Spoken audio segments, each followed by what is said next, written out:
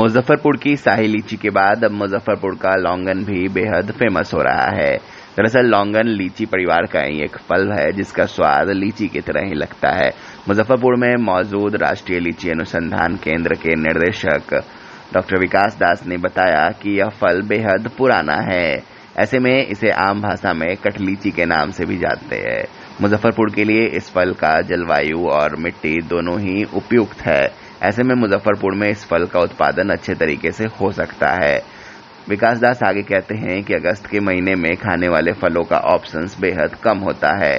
ऐसे में यह फल अपना अच्छा स्थान बना सकता है। विकास दास ने आगे बताया कि लौंगन फल की अच्छी डिमांड और बिक्री बड़े मॉलों में है। देखिए लौंगन पर आधारित यह खास रिपोर्ट। विकास दास, डायरेक्टर नेशनल रिसर्च सेंटर उसका नाम है।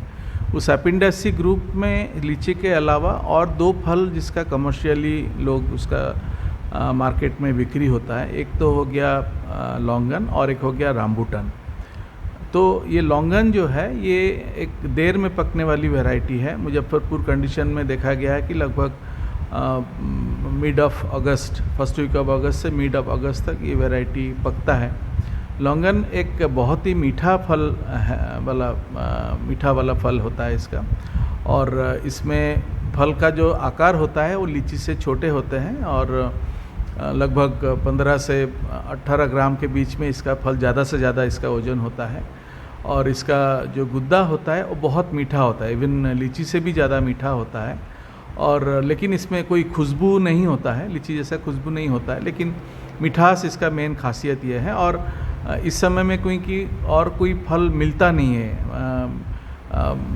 लीची भी ख़त्म हो जाता है और आम भी कुछ दिन बाद ख़त्म हो जाएगा, और इस समय में ये जो फल आता है तो बहुत एक आकर्षक फल रहता है। और जो बड़े बड़े शहरों में जो मॉल वगैरह में ये फल अच्छे दाम में बिक्री होता है। इनफैक्ट मुजफ्फरपुर की जलवायु और मिट्टी सर कैसी है इस फल को लेकर, उपजाऊ के लिए? यहाँ पे इसका बहुत अच्छा उपजाऊ होता है। लगभग एक अगर फुल्ली ग्रोन प्लांट होता है तो आराम से 1 क्विंटल तक फल उसमें आ जाता है। एक पेड़ में सर? हाँ, एक पेड़ में 1 क्विंटल के आसपास फल आ जाता है। और अगर अभी हमारे जैसे पेड़ लगभग 5-6 साल के पेड़ है तो अभी हम लोग 30 से 40 केजी प्रति पेड़ तक इसमें फल अभी हमारा आया हुआ है। लीची के तुलना में कितनी समानता है सर इसमें, या कितना भिन्नता है क्या? इसका जो फल का स्ट्रक्चर है, अंदर उसका गुद्दा भी लीची जैसा एरिल जिसको बोलते हैं, गुद्दा को अंग्रेजी में एरिल बोलते हैं, उसी टाइप का स्ट्रक्चर है। बीज भी लीची जैसा बीज, लेकिन लंबा नहीं हो के गोल छोटे बीज होते हैं। और छिलका जो होता है ये उतना ज़्यादा इसमें कीड़े कम लगते हैं। लीची में जैसे